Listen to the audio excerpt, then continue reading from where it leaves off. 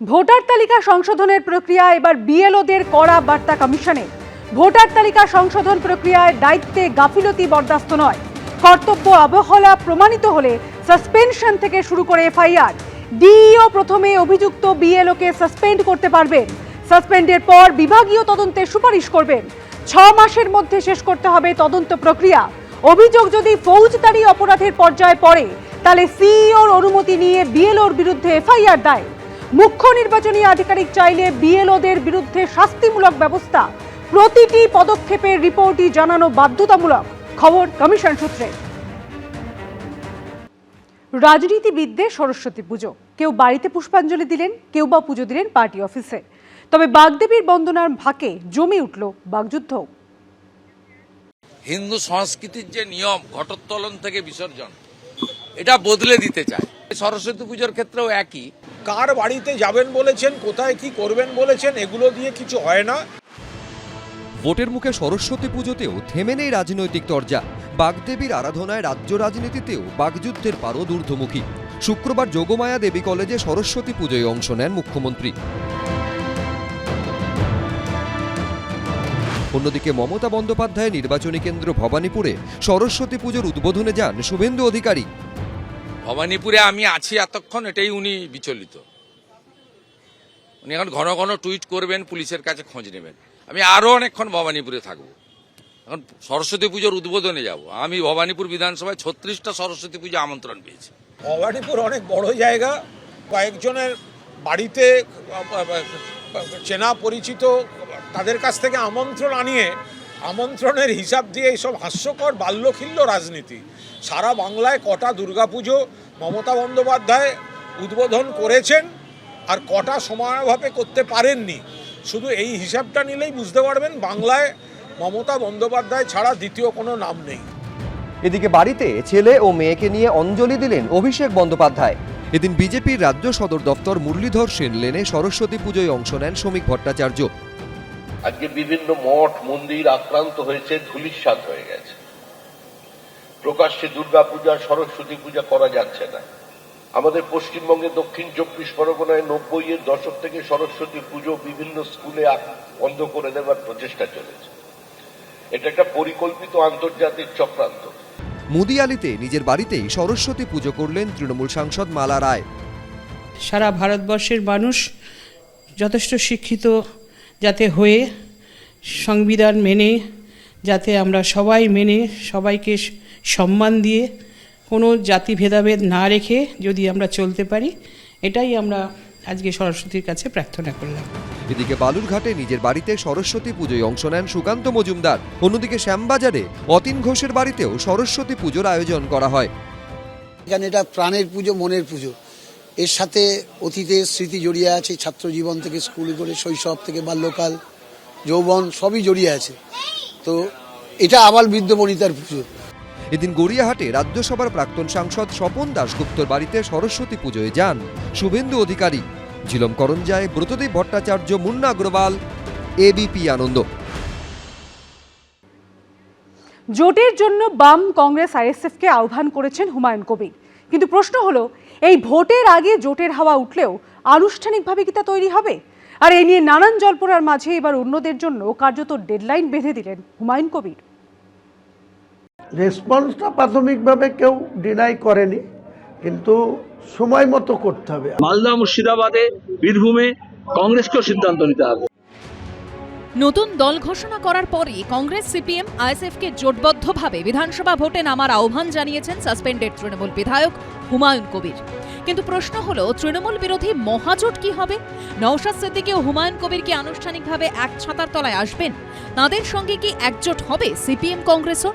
কোনো প্রশ্নেরই এখনো স্পষ্ট উত্তর নেই। এই পরিস্থিতিতে ফের জোট নিয়ে তাগাদা দিতে শুরু করলেন হুমায়ুন কবির। 21 তারিখে ঈদ হয়ে যাওয়ার পর 25 থেকে 31শে মার্চের মধ্যে আবার একটি ব্রিগেডের সভা করব। সেই ব্রিগেডে আমাদের যারা জোট সঙ্গী হবে তারা নিশ্চয়ই থাকবে। তার আগে আমি চাইছি 31শে জানুয়ারির আগেই আমরা যাতে কোন কোন দল আমরা জোট সঙ্গী হিসাবে পাবো বা আমাকে কারা গ্রহণ করবে, আমি কাদের গ্রহণ করব, এটা ক্লিয়ার করতে পশ্চিমবাংলার মানুষকে। আজকের দিনে আমার কাছে সরাসরি একাই 200 সিটে কন্টেস্ট করার জন্য প্রার্থী রেডি আছে।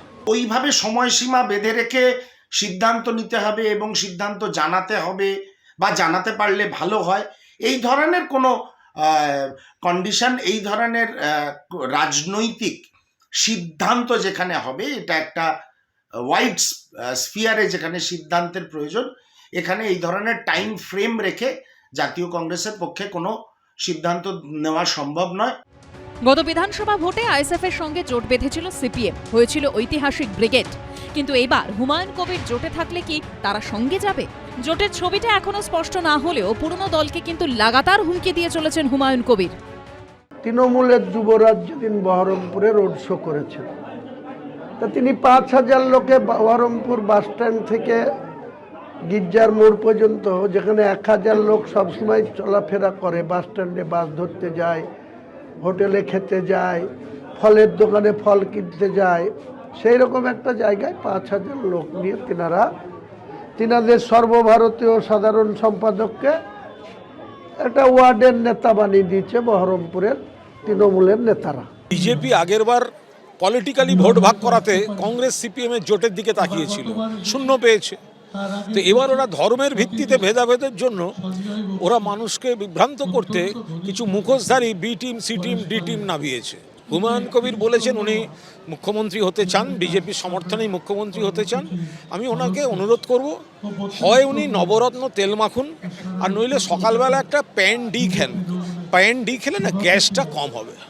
আহ্বান, আলাপ, আলোচনা, আক্রমণ, কটাক্ষ সব চলছে, কিন্তু প্রশ্ন হলো জোটের ছবিটা কবে স্পষ্ট হবে? রাজীব চৌধুরী ও সুমন ঘরাইয়ের রিপোর্ট, এবিপি আনন্দ। মালদায় কয়েকশো তৃণমূল কর্মীর দলবদল। তৃণমূল ছেড়ে আসাদউদ্দিন ওয়েসির মিমে যোগদান করলেন তারা। তৃণমূলের দাবি, বিজেপিকে প্রমোট করার জন্য মিমকে নামানো হয়েছে।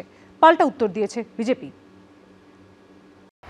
বিধানসভা ভোটের আগে রাজ্যের রাজনীতি মন্দির মসজিদময়। তৃণমূল বিজেপিকে হারাতে জোটের কথা শোনা গেছে রাজ্যের 2 মুসলিম বিধায়কের মুখে।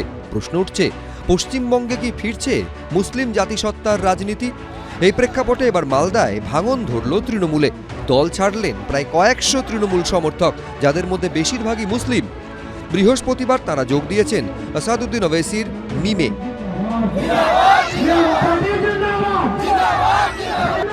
বৃহস্পতিবার মালদার রতুয়া 1 নম্বর ব্লকে আনুষ্ঠানিকভাবে যোগদান করানো হয় কয়েকশো তৃণমূল সমর্থককে। দল ছাড়ার পরই তৃণমূলের বিরুদ্ধে ক্ষোভ উগরে দিয়েছেন সদ্য তৃণমূল ত্যাগীরা। আমরা মেম পার্টিতে জয়েন করলাম। আমরা মমতা বন্দ্যোপাধ্যায়কে অনেক দেখলাম, আমাদের উপরে যা উন্নয়ন করতে গিয়ে যা করেছেন, ওর কাছে আমাদের না থাকাই ভালো। এদিকে এই নিয়ে তৃণমূলের বিরুদ্ধে সুর চড়িয়েছেন মিমের স্থানীয় নেতৃত্ব। সবাই বুঝে নিয়েছে ওদের দুর্নীতি, ওদের উন্নয়ন বলছে, উন্নয়ন করেছি, কার করেছে? যে টিএমসির চামচা আছে, যে দালাল আছে, ওর উন্নয়ন হয়েছে। কোনো গরিব মানুষের কোনো উন্নয়ন হয়নি। 26-এর খেলা বুঝে নিয়েছে, কোনো টিএমসি কোনো চিহ্ন থাকবে। দল বদলে বিজেপি মিম আতাত দেখছে তৃণমূল। মিম কিছুই করছে না, মিম যেটা করছে আর কি, এখানে বিজেপির কাছে পয়সা নিয়ে ওরা একটা ইনস্ট্যান্ট, মানে মানুষকে কিছু পাইয়ে দিয়ে তখনকার মতো একটা ছবি তৈরি করছে। টোটালটাই বিজেপির বিষয়। বিজেপিকে প্রমোট করার জন্য মিমকে নামানো হয়েছে। যেই দলের 18 কোটি উপরে সদস্য সংখ্যা, আমার মনে হয় না সেই দলকে এই আইএসএফ, মিম, তারপরে হুমায়ুন কবিরের মতন দলের দরকার হবে। এখন সংখ্যালঘু সম্প্রদায় বুঝতে পেরেছে এই তৃণমূল সংখ্যালঘু সম্প্রদায়ের কোনোদিনও উন্নয়ন করবে না। তারা তাদেরকে ভোট ব্যাংক হিসেবে ব্যবহার করেছে, তাই সংখ্যালঘু সম্প্রদায় এখন তৃণমূল থেকে সরে দাঁড়াচ্ছে। মাস কয়েক পরই বিধানসভা ভোট, ফের নির্বাচনের লাইনে দাঁড়িয়ে রায় দেবে জনতা। ইতিমধ্যেই শুরু হয়ে গিয়েছে রাজনৈতিক চাপানুতোর, শুরু হয়ে গেছে দলবদলও। শেষমেশ গণদেবতা কি রায় দেয় তা জানা যাবে ভোটের ফলে। সমক লাহিড়ী, এবিপি আনন্দ, মালদা। এবিপি আনন্দ, এগিয়ে থাকে, এগিয়ে রাখে।